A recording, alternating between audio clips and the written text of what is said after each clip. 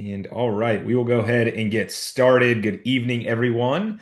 Happy Tuesday. Appreciate you all spending some time uh, again for our fourth straight week talking through our Amplify DU program. Hope everyone is excited for tonight. And then for those going to LI next week, excited for LI. I know at headquarters staff getting all prepared for a really great and engaging and just fun time down there in Louisville, Kentucky. So appreciate for those who are planning on going to LI this year. Appreciate you all taking that time out of your schedules, out of your internships, out of your work to be present for us next week. And of course, appreciate your time doing the same for tonight. Before we get going, and I didn't have this plan, but I was on a recruitment call about 2 hours ago with a chapter, and they were sharing some kind of recruiting wins with me. We have weekly phone calls, and they had a kind of big week last week. They didn't have any bids extended come into this week, and they had extended 10 bids over the course of the past week and feel really comfortable or really confident about a good handful of those. What I'd love to do and kick us off before we jump into our session tonight is if you, whether you're an undergraduate, your advisor, your VP of recruitment, you're on the recruitment committee, whatever the case is, if you want to throw in the chat, have there been any recruiting wins so far over the course of the summer? It doesn't have to be since we started the Amplify program. But since the end of the spring semester until now, have there been any recruiting wins for your chapter? Like, have you all recruited 20 members so far, right? Have you all, created a really in-depth recruitment plan? Would love to just kind of take a moment to see kind of what recruitment wins we can potentially celebrate for guys there. So I'll give you a second. If you've got anything, go ahead and put it in the chat. That goes for our coaches as well. If you've heard of any wins, or staff members, if you're working on anything, would love to kind of see those things get thrown in the chat before we get started. So, what are some of the wins that we can celebrate here with our brothers on the call? Levi, yeah, Kansas, you recruited 24 members so far, and recruitment isn't over for a while. I love it. Yep. So Levi's doing some great work out there in Lawrence, getting as many members as they can leading into the fall. So I know that's a huge number for them. Pretty sure Levi, if my memory serves me, that kind of exceeds what our goal was for you guys by July 15th. So that's awesome. What else? What other goals? Not goals, but what other wins can we celebrate so far within our chapters? Go ahead and throw those in the chat. I want to see them. I know they're out there.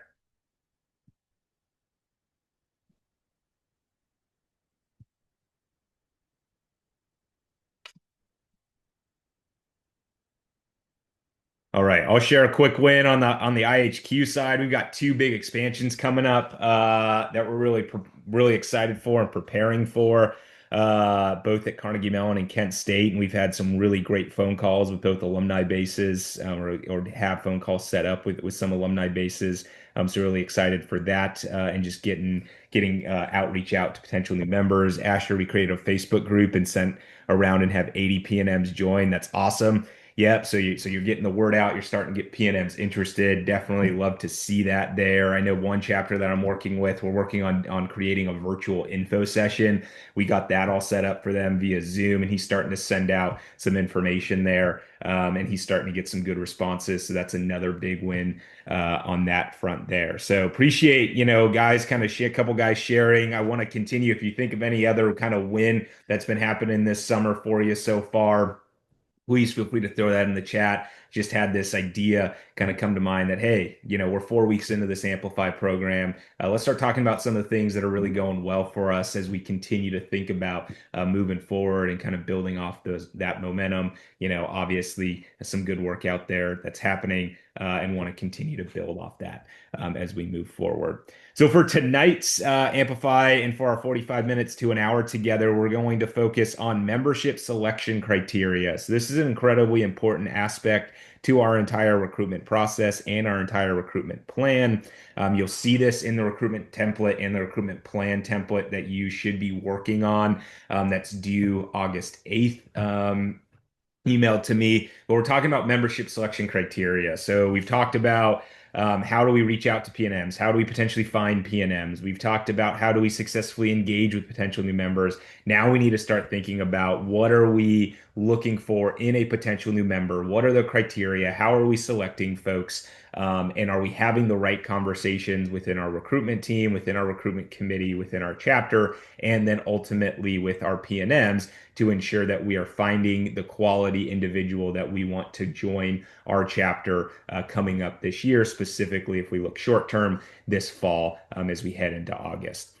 So one quote I always love to throw out there, and I know guys who have been either former staff members or recruiters, or maybe you've been, working with the chapter. Maybe you are, on in the chapter, and you've heard this a few times.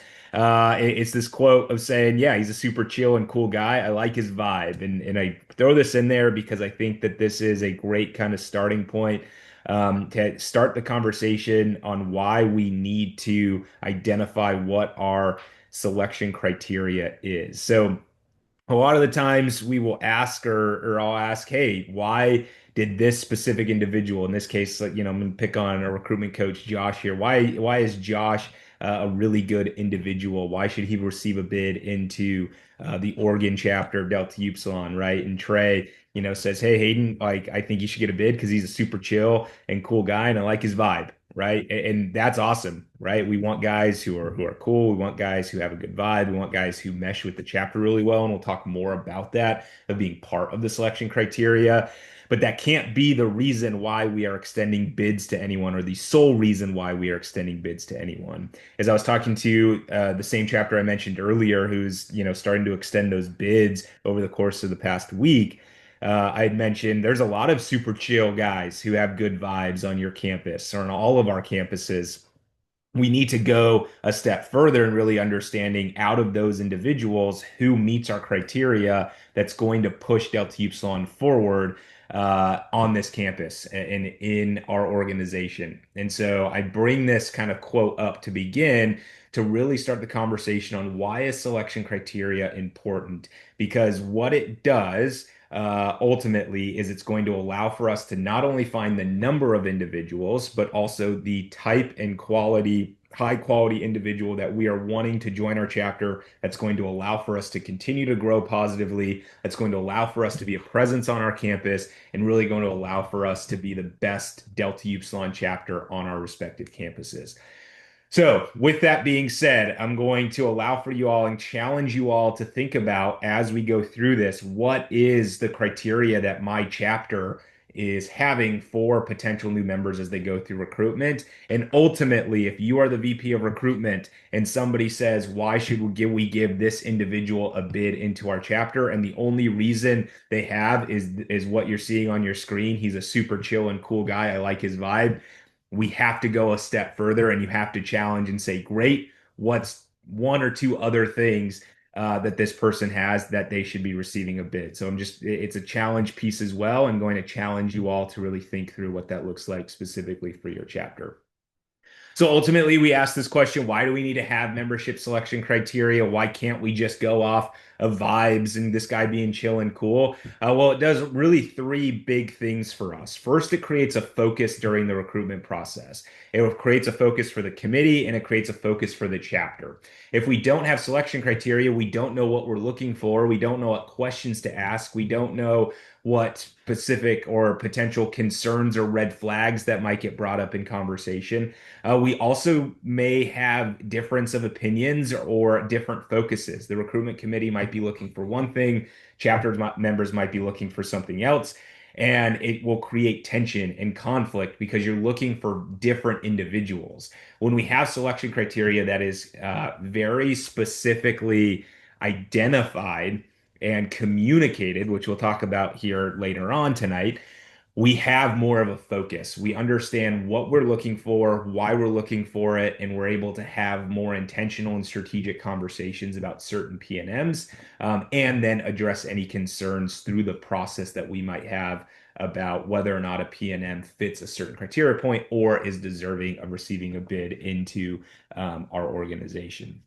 Second, and this is really going off of it, it allows for everyone to be on the same page. I talked a little bit about that just a second ago. Members know what they are looking for, right? So, as the VPs of recruitment or the recruitment committee at an event, you might not be able to be in front of everyone at that event or everyone in that engagement opportunity. And so, because of that, we need to ensure that every member is on the same page, and so they know what to look for, right? And so, if you're the VP of recruitment and you want to bid this specific individual, and Trey's got a really good relationship because he's had the most engagement opportunities, both formal and informal. We're going to go to Trey and say, hey, Trey, we have a good feel for him. I think we do want to extend him a bid. We know that you've gone to the gym with him. We know that you spent a lot of the time at our recent event talking to him and really hanging out and getting to know him. Based off what we are looking for, does he fit the type of individual that we want to extend a bid to? And because you've had the conversations beforehand with Trey as just a general member on what we're looking for, it will allow for Trey to say, yeah, absolutely. This guy excels academically. He was co-captain of his high school basketball team. He likes to volunteer at the local animal shelter, and he's looking to very quickly get on certain committees within the chapter. All things that we're looking for, all things that I know we're wanting, that you've communicated with to me about. And then you, as the VP of recruitment or part of the recruitment committee, can be great, Trey. That's awesome. We're going to give him a bid. Hey, Trey, do you want to be part of that bidding process because you have that relationship with him, and you're allowed, and now you're feeling comfortable and confident in providing that bid, and ultimately know that if that individual accepts, which hopefully he does based off the relationship you built, he is then going to be a high quality associate member, ultimately an initiate and a potential leader within the chapter because of everything that you learned about him, because you were intentional enough and focused enough with your selection criteria. And the third, it makes for more engaging, intentional, and genuine engagement, right? And so we talk about these different engagement opportunities. We talk about the need to really build relationships with potential new members. When we have identified selection criteria, we know what we're looking for. Conversations and questions can be built around finding out about the P&M in a very intentional and engaging way. I think we talked about, I think it was either last week or the week before, about engagement opportunities. I actually do think it was last week. The weeks kind of all go together for me. Uh, but we talked about engagement opportunities. And if you are not understanding what the criteria is and you're just going based off vibes or just based off chillness, those conversations might be very surface level. They might not be engaging. They might not be intentional. Those conversations simply might just be the bare minimum that they're maybe getting from every other chapter at every other engagement or event that they're going to. But if you know exactly what you're looking for, you can build those intentional questions, have those intentional conversations. If you're looking for somebody who has had previous leadership experience, or maybe they were on a team of some sort, whether that be varsity high school sports or some other, the debate team, right? If you're asking those right questions because you know that's what you're looking for there, and somebody says, yeah, if Josh says, yeah, I actually played high school lacrosse all 4 years, right? I know I'm going to go connect him with Sam, and Sam is actually playing club lacrosse, right? And so I'm able to now engage Josh with somebody else within the chapter because I was asking the right questions, and I was thinking about what am I looking for in this potential new member, and then making those connections there. So I think those are three really big main reasons why we need to have membership criteria. We obviously need it because that's going to allow for us to select high quality individuals, but it does these three things as well. It creates focus, it makes sure everyone's on the same page, and it just allows and create space for more engaging, intentional, and genuine engagement across the board for a potential new member. I have a lot of experiences in expansion where, because we know exactly what we're looking for, a 30-minute one-on-one meeting turns into an hour and a half one-on-one meeting that ends up us walking to the P&M's class because we really started getting into the conversation about leadership, or in the conversation about team or belonging or community or campus involvement, because I know that that's what for an expansion we're looking for in that process. And ultimately, that individual wants to have that conversation and wants to learn more about what that looks like for them. So, again, as you're thinking about this for your chapter, these are three key points to really think about. Well, this is why I need it, and it's important for me to start thinking about and having conversations with the right people, whether that's alumni, advisors, your recruitment committee, your executive board, on what is our actual criteria when we're thinking about selecting members. Next thing is, what does membership criteria look like? So we know it's important. We know we just can't go off vibes and chillness and how cool the guy is. We know that we have to have it to create focus. What does that actually look like? And so I think this sometimes is where chapters kind of slip up, or where they have a little bit of a roadblock and they kind of have to work through because they're not too sure, well, what does criteria look like? We don't want to be too vague, but sometimes we don't want to be too specific, right? We want to leave the door open a little bit, but we need to understand how this relates to the type of member that we are recruiting and trying to bring in. So first and foremost, our criteria really mirrors what we do as DU in our membership. Um, the values of friendship, character, culture, and justice, this commitment to service and community, leadership, building better men, alumni, right? Networking, connections, right? So we think about what is DU, who we are as a chapter, who we are as an organization, who we are as a fraternity. And a lot of our membership criteria can mirror that, or at least get us to a point where, yes, we feel like this individual embodies what it means to be a Delta Upsilon man.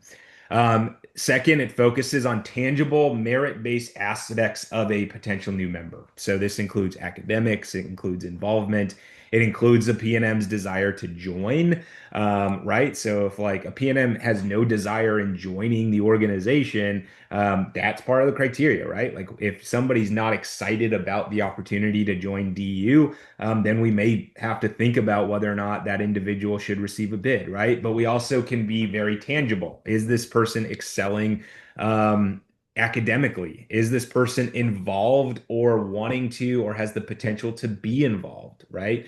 We're looking at it very much for what the person can bring, right? It allows for us to diversify our chapter. If we're just focused on well, they're only involved with one thing, or we're only focused on their past involvement and not what they're currently doing or not what they're wanting to do, then that can get us in a little bit of a tricky situation. And then if we're just kind of not thinking about the PNM's desire and just really thinking about, hey, this guy kind of doesn't seem like he's interested, but we're super interested in him, then maybe we need to again start having those conversations on whether or not we extend that bid. So those are more tangible aspects of the PNM that we can think about.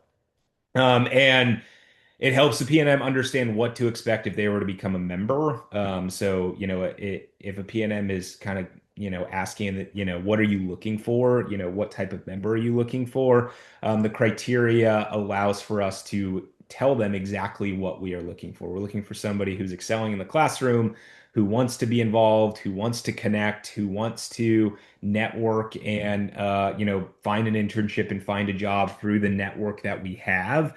And so it's allowing for the PNM to help them to really get a good idea of what can I expect when I join the chapter based off the type of individual that you are recruiting, based off these criteria points that you have selected within the chapter and looking for.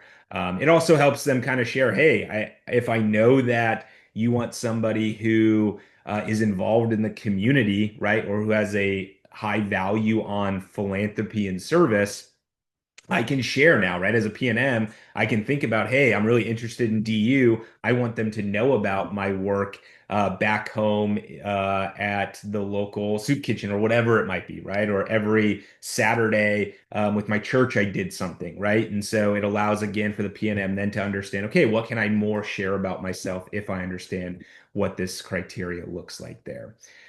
So with that being said, I do think it's always a good idea or always nice for you all to see like what are different examples of membership criteria. And ultimately, what I will share is don't overthink this. Simply just have it, right? Don't overthink what this looks like. For the most part, if I were to work with a chapter, they are subconsciously or at some level looking for these things. They just haven't blatantly talked about it or necessarily put it on paper. And that's what really we're trying to get at is we really just need to blatantly say, this is what we're looking for. This is why it's important. This is what this individual, if they possess these things, can bring to the chapter, instead of just kind of being like, oh, well, yeah, that's kind of what we're looking for, but we're not too sure. I think clarity is a huge, huge, huge benefit to anything that we do, especially if we're talking about recruitment. So we just need to be clear, right? We need to be communicative. We need to be clear. We need to help everyone who's involved understand what is our criteria, but don't overthink it, right? So first and foremost, it's academics, right? We want to ensure that we are helping individuals excel in the classroom, and we want to make sure that individuals who are joining DU have or are excelling in the classroom, right? And so set your GPA. Here's what we expect of somebody. Sometimes you're not always going to get those grade reports. You might, depending on your campus. But if you know that they're going through recruitment, have that, conversation. Hey, in DU, we consistently have one of the highest, all fraternity GPAs. That's really important to us. What does academics look like for you? If they might express that they're struggling, but they express, hey, I want a fraternity to be a place where they can help support me. Great. That might kind of check that academics box, right? Because just because there's somebody who may have struggled their first semester, or maybe they're a sophomore and they struggled their first year, doesn't mean that they shouldn't continue to be recruited. We need to find extra kind of information and context. Give you an example on expansion. We're always looking, right? Like our expectation is guys minimum are consistently achieving a 3.0 GPA. It doesn't mean that somebody with a 2.8 is not going to be recruited on an expansion. We do it all the time. But what we do know is we're very clear with them in understanding kind of their journey. A lot of the times it's, hey, I had a really kind of rough transition into college, and I was able to bounce back my second year. And now I'm a sophomore and I want to join in my now it's fall and I want to join. Great. Like let us be that organization that continues to help you grow. If it's first year freshman, right? A lot of the times it's like, yeah, well, here is my high school GPA, and it's just being very clear with them on here's what we expect within the chapter. Here's how we're going to support you. How does that sound to you, right? Is that something that's important to you? Because ultimately you are on this campus, you're coming to Kansas, for example, for an education.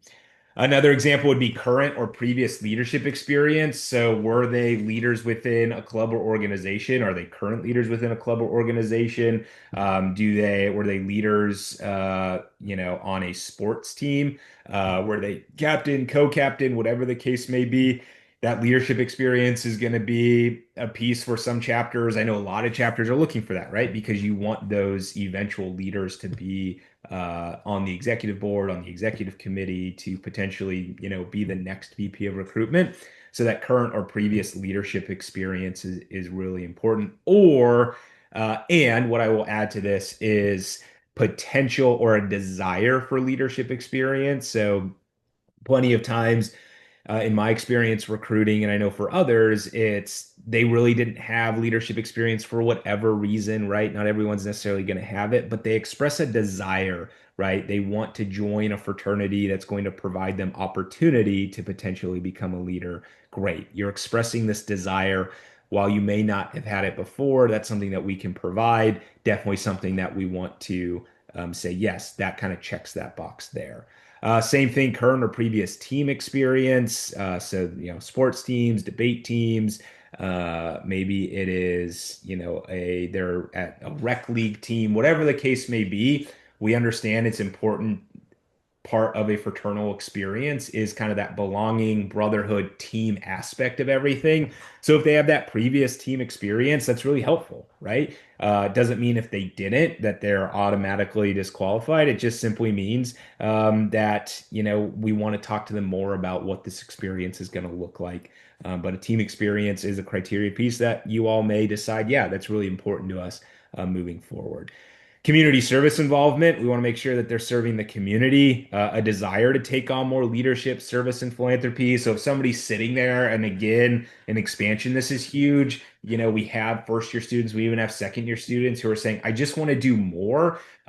Great. Delta Upsilon and fraternity are a great place to continue to do more and fulfill that desire that you might be looking for. Allow for us to do that for you, right? It's more of a red flag for me or more of a concern for me if I'm talking to somebody and there's really this lack of desire, right? Or really the only thing they're saying is like, I just want to join a brotherhood. I just want to hang out. I just want to kind of like do that because that's what I heard's cool.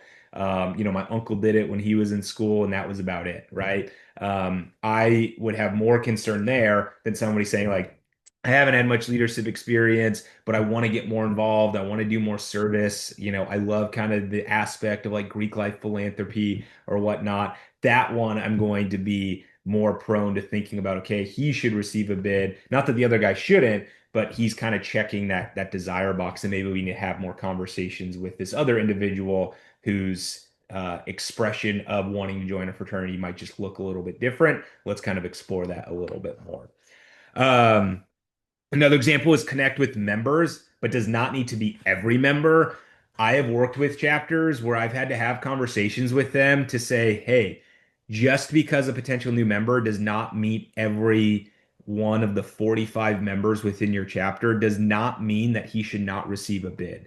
Um, because it's almost impossible to go meet all 45 guys and ultimately connect at the level in which you think he should be connecting with all 45 members, right? When I was an undergraduate, I had a good relationship with all of my chapter brothers, but it didn't mean that I connected at the level, at a high level with all of them, right? We had different relationships. And so I think sometimes chapters will shoot themselves in the foot because they say, hey, this PNM isn't going to receive a bid because he only met with 20 of the 30, and so we're not too sure, will he connect with the additional 10? Well, did he connect with the first 20? Well, yeah, great. Like he's connecting with the members and he's having those connections there, right? And so what I want to always caution chapters with is don't shoot yourself in the foot because you have some criteria that's saying they need to connect and be, really good, have a really great relationship with every single member that they interact with,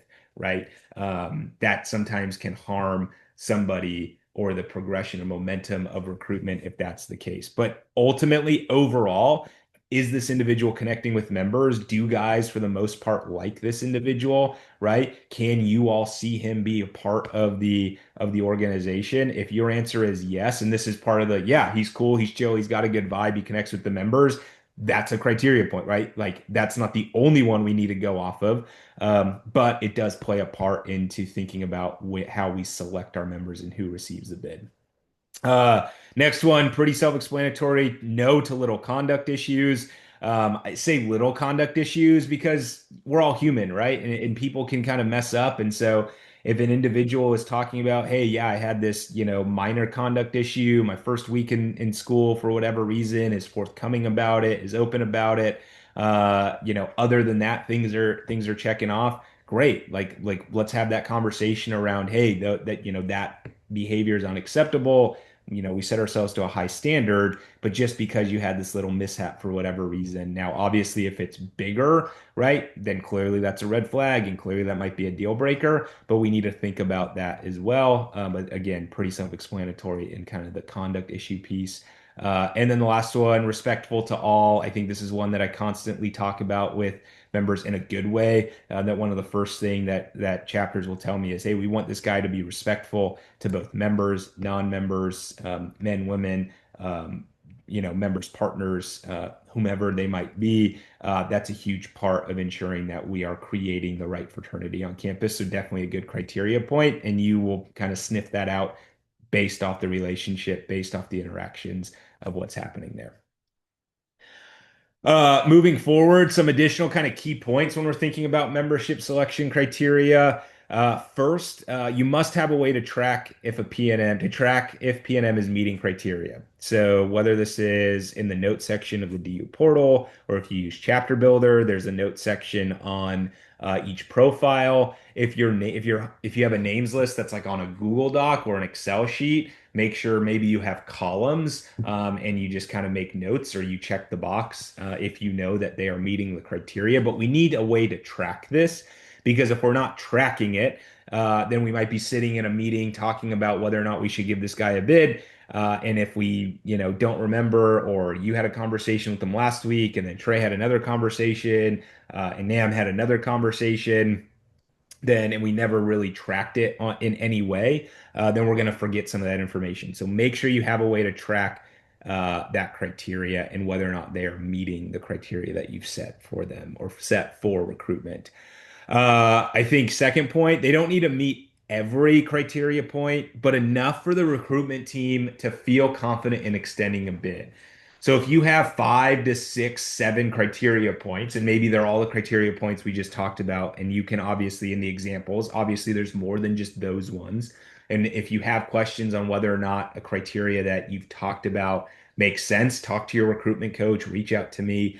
We can talk through what does that look like and why that might be a good criteria point or why that might not be. Anyways, B&M does not need to mark out each criteria point, right? So if they're not 6 for 6, but they mark off 4 of the 6, right? And the recruitment team says, hey, we feel pretty comfortable about this. We've addressed these other two. We feel like XYZ can happen. Let's extend him a bid, right? If a P&M is marking off 1 of the 6 and the recruitment team says like, hey, really all we know is that he was a 4-year football and basketball athlete in high school. Other than that, we're not too sure about the other 5. We're not quite confident.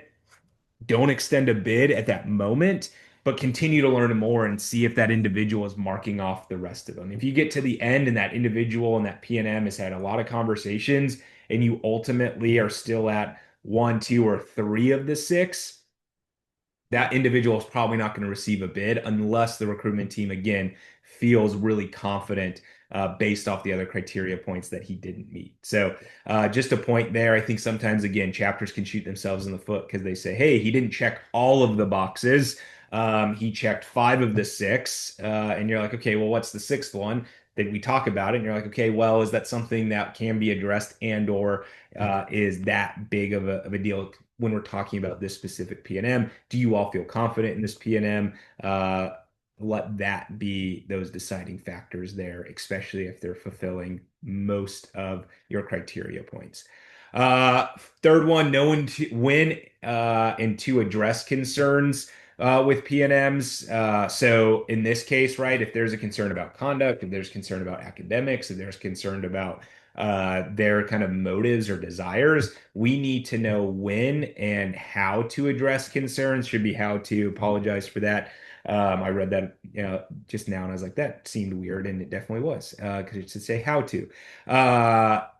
That's when we need to address concerns. So just because you have a concern in recruitment with a P&M who you might really like and you want to continue to build that relationship and potentially get them a bid, we need to know when to have those conversations, how to address those conversations, where are those conversations coming from. We can't run away from them, right? Because if we run away from those conversations and those concerns and we extend a bid and that person accepts, guess what? You're going to have a potential concern or an issue during the new member process or when they're a member that you could have addressed, 3 months prior, a whole semester prior. Talk, sit down. Hey, want to go to lunch, kind of see where you're at, but also wanted to talk to you about kind of your academics or like your desires or your previous leadership potential and maybe some of the things we talked about in terms of desire to take on more leadership. So we just need to have some of those really good conversations.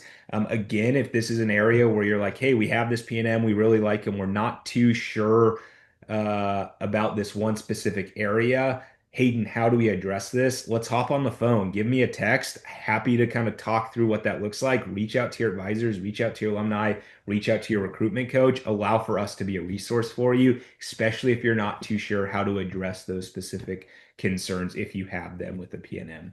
And the last one is understand your deal breakers. And I think this is one that's super important. Understand where you're interacting with the PNM and automatically you're just like, hey, that just is not going to work in terms of potentially having you join, right? Super low academics, previous conduct issues that are at a um, severe level or at a consistent level, right? Just blatant disrespect for other people, whether that be members, non-members, whatever the case may be. Understand what those deal breakers are, right? Because ultimately, sometimes I've found in working with chapters that they don't identify those deal breakers. They kind of are able to say, "Yep, like he's good and like he's good enough." He's had some conduct issues in the past. We didn't really address those concerns. We know what they are, but he checks all these other boxes. And then the guy joins 3 weeks into the new member process. History repeats itself. He has this larger conduct issue. And now you all are kind of sitting there saying, what happened? Well, 2 months ago during the recruitment process, we knew about this. We kind of overlooked it. We didn't really put our foot in the sand and now we're dealing with it later, right? Or we saw that this individual was being consistently disrespectful. Chapter brothers were coming up and talking about it. We had a couple, outside members in the community were telling us about it. It's like, great. Well, first let me address the concern, and then if we don't feel like it, that conversation went well or felt like that was going to make progress, then we just got to put our foot in the sand and say, hey, that's a deal breaker for us. That's not somebody that we want in our organization. So know what those deal breakers are. Typically, I will tell you, those are going to be the low academic, the conduct issues, the disrespect. What your deal breakers should not be are they come from this high school, they play this sport, they're this certain major, they like these certain things. Like those are not deal breakers, right? Those are not things that it's like just because you don't like football or you went to this one high school in Atlanta, is that a deal breaker, right? Like those are just things that are like great, like that can diversify. Let's talk more about what that looks like. Deal breakers are really those tangible things in terms of this guy's not excelling in the classroom. He's had multiple previous conduct issues. We've heard multiple times he's been disrespectful or causing a scene or causing issues. That's just not something that we're going to stand for. So I do want to make that clear as well. So I think really key additional points for you all to think about as you're working through what are your selection criteria pieces for recruitment. So what next, right? So we talked about why is it important to have selection criteria? What are examples of that? What are some additional kind of things that you all need to make sure you are thinking about and talking about within your recruitment committee and your executive team? So I think two different pieces here. If you've not already done it, right? Establish membership criteria. That's an action item. That's a homework assignment. Go talk to your recruitment committee. Go talk to your co-VPs of recruitment. Go talk to your executive board and establish what that criteria looks like. Typically, I would say criteria points are anywhere between like 4 and 8, right? So think about what does that look like. Again, a lot of you have probably you already know what they are. You just have not clarified them enough or put pen to paper on them. Go do that. Number two, identify ways in which the chapter will gather information on PNM. So, now that you know what the criteria points is, what questions do we need to ask? On our interest form, is that a way in which we can gather information on a PNM? What conversations need to be had? All of those things. Right now, we need to understand how we are getting the information we are looking for based off the criteria that we set for membership. And the third being confirm how membership criteria is being tracked. So simply just have the conversation. Is it being tracked in the DU portal, in Chapter Builder, on our Google Doc or Excel sheet? How are we tracking this? Who is tracking this? And making sure that's being updated consistently. So again, every week in your recruitment meetings, and you should be having those every single week, making sure you're setting time aside to say, okay, let's go over membership criteria. Let's go over each PNM. What do we know about this PNM? Do they mark off this criteria point, whatever that might be? And we're tracking that consistently. And then the second thing is communicate what the criteria is, right? So make sure your executive board knows what it is. Make sure your advisors who are overseeing or helping with recruitment know what that is, or your alumni who are involved. And then make sure the chapter knows, right? So a lot of the times, just the VP of recruitment or the president or the recruitment committee knows what that criteria is, and that's not widely communicated. And then again, that's causing issues, or it's causing some tension, or members aren't understanding why certain decisions are being made, simply because it wasn't communicated, right? And so be clear, be communicative, have the conversation, and ultimately you'll see this note at the bottom when you are communicating criteria. Make sure to also communicate why that point is important. Why are you doing that? If you just say, here are the things that we're looking for with recruitment with a potential new member, and that's it, that's not necessarily going to be as successful as if you sit down and really talk through, this is why we have the criteria point of academics, right? The past 5 years, we've been, one of the top five chapters on the campus when it comes to all fraternity GPA, right? So it's important for us to make sure that that trend continues. That's why academics is a key criteria piece, right? Leadership experience, both past, current, and potential, is a criteria point because we want to make sure that we have strong leaders within the chapter so that the chapter can continue to grow and excel in the way that we know it can on this campus. That is a reason why there's that criteria point there, right? If we have, team engagement, we want to make sure criteria point is that individual either has past, current, or has a desire to be on a team. Why is that important? Because it relates and can translate to positive brotherhood and culture, right? They understand what it means for everyone to pull their own weight, to have a job, to come together as a team, to work on creating a philanthropy, to work on recruitment, whatever the case may be. So it's important to us that that's what we're looking for in there, right? So it's communicating the important, it's communicating the why to those different stakeholders and those different parties, really helping them understand. And then it can help maybe provide some feedback, answer some questions. Other exec board members, chapter members, advisors might have certain questions. You can talk about that and have some healthy discourse and some healthy discussion there. So really those are the two big things, right? If you haven't already done those three things at the top, before you can communicate criteria, get those three things established and then go communicate that criteria to exec board advisors, your chapter members. And if there's another party or other individuals that you think, hey, they should know this criteria, do that as well. So be communicative in what that looks like there.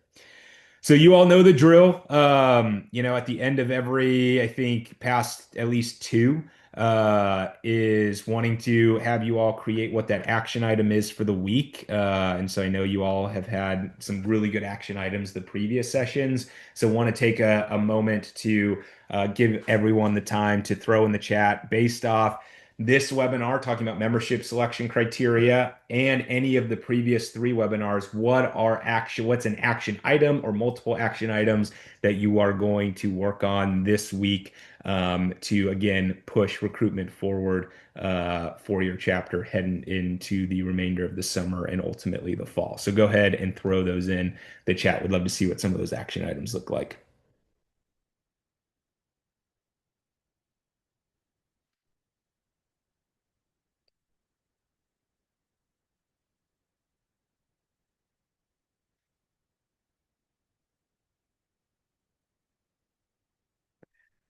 Right, Levi. Yep, write down a criteria list. So just get it on paper. Josh, help my chapters create meaningful and clear benchmarks. Jason, communicate membership criteria with Rush Committee.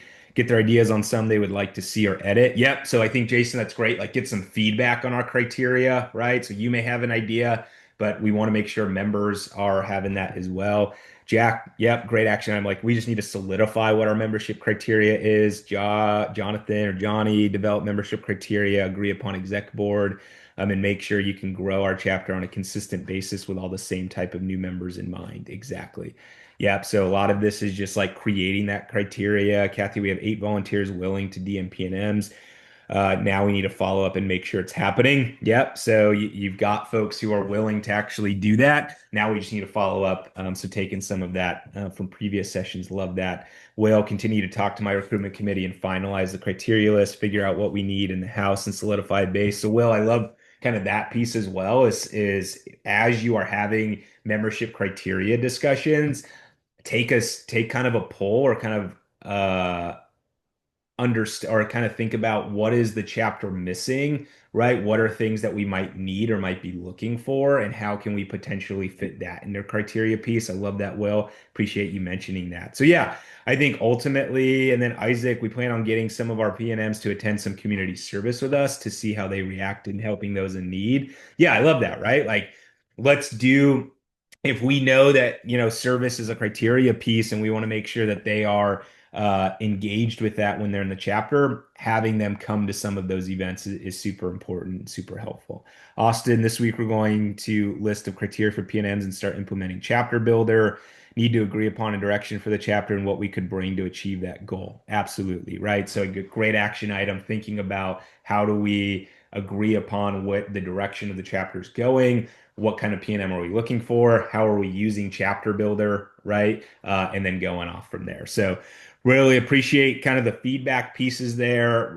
Really want to ensure that you guys are following up on these. So chapter coaches might be asking about these and are taking note within the chat. But gonna hold you to it, right? Like, you've got this action item. Let's go start implementing these things. I know chapters that I've been working with have been doing a great job of saying like, hey, I've done my homework and here's the thing we talked about last, and I'll check in with them, right? And it's just getting them 1% better every single day to get to that point of being really successful or have that higher likelihood of success there. So with that being said, obviously want to leave time for some questions. So I'll go ahead and pull the chat up open, or put the chat up myself and see if there are any questions. Yep, we'll work on creating a PNM list for Fall Rush. Jesse, create our criteria list and ensure that we implement chapter builder. Love it. But want to, obviously, if folks have any questions, feel free to come off mute or throw that in the chat real quick.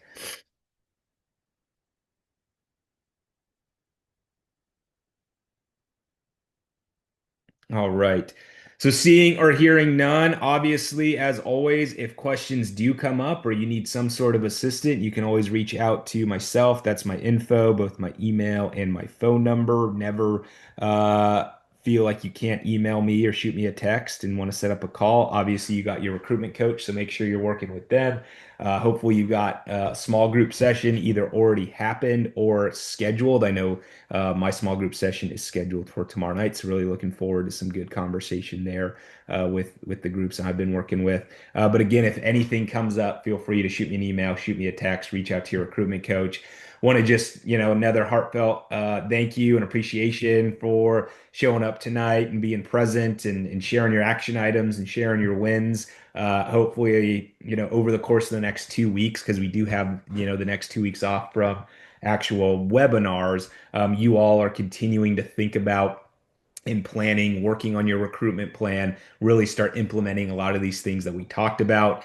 If you need to review any of the past Amplify DU sessions, those are on the DU website under the Amplify DU page. So feel free to review those, and any previous Amplify session or webinar that we've done since Amplify started back in 2021. Those are all on the DU website, so feel free to check those out. If you want this recording sent to you via email, just shoot me an email. I can definitely get that to you tomorrow once we get the recording up on YouTube.